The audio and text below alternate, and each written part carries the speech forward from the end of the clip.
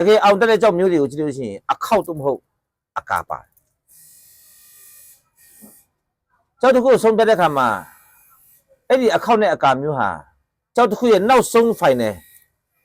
ဆုံးဖြတ်လို့ဆိုတာပဲဥမာအထိုင်လဲလာပြီပါနော်ချော်တွေကောင်းပြီရန်နေကောင်းပြီမနေကောင်းပြီဘလောက်ပဲရှိသူကလေအခောက်အကာမျိုးတစ်ခုမဟုတ်တစ်ခုຫນွယ်ရမှာဆိုတော့အခောက်မျိုးဆိုသူဘယ်လိုကြည့်မလဲ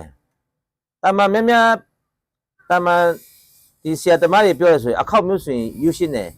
မိထိုးမပေါက်ဘူးရမ်းပြောက်နေတယ်ဆိုရင်အခောက်မျိုးတော့မိထိုးရင်မပေါက်ဘူးရမ်းပြောက်တယ်အဲ့ဒါအခောက်မျိုးအကာမျိုးကြတော့သူကချော်ပါတယ်အဲ့ဒီချော်ပါချော်ကြွေချော်ရွဆိုတာလေအကာမျိုးကိုညွန်းတာအဓိက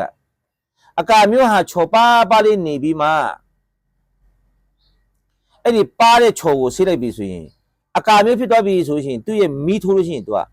မီးတော့ပေါက်တယ်ဒါပေမဲ့အုံတယ်အဲ့တော့အကာမျိုးဖြစ်ပြီဆိုတဲ့ခါကျရင်ဆိုကြပါစို့ကြောက်တလုံးကအကာမျိုးဖြစ်သွားပြီအကာဆိုတာကြောက်တစ်ခုလုံးရဲ့အခွန်မျက်နှာပြင်ဘာလို့လဲသူရဲ့အခွန်ပေါ့အခွန်မျက်နှာပြင်ရဲ့အောက်မှာစက်ကူလွာလိုမျိုးအဖြူကြည်လိုမျိုးအဲ့လိုအကာပါတယ်အကာမှာမျိုးရှိတယ်ဒီနေ့အဲ့ဒါတွေမပြောတော့ဘူးဆိုတော့အကာပါတဲ့အခါဥစ္စာကိုမီးနဲ့ထိုးကြည့်တဲ့အခါမှာအကာပါတဲ့ကြောက်ကမီးထိုးရင်မီးပေါက်တယ်ဒါပေမဲ့မီးကညီးတယ်မမေ့နဲ့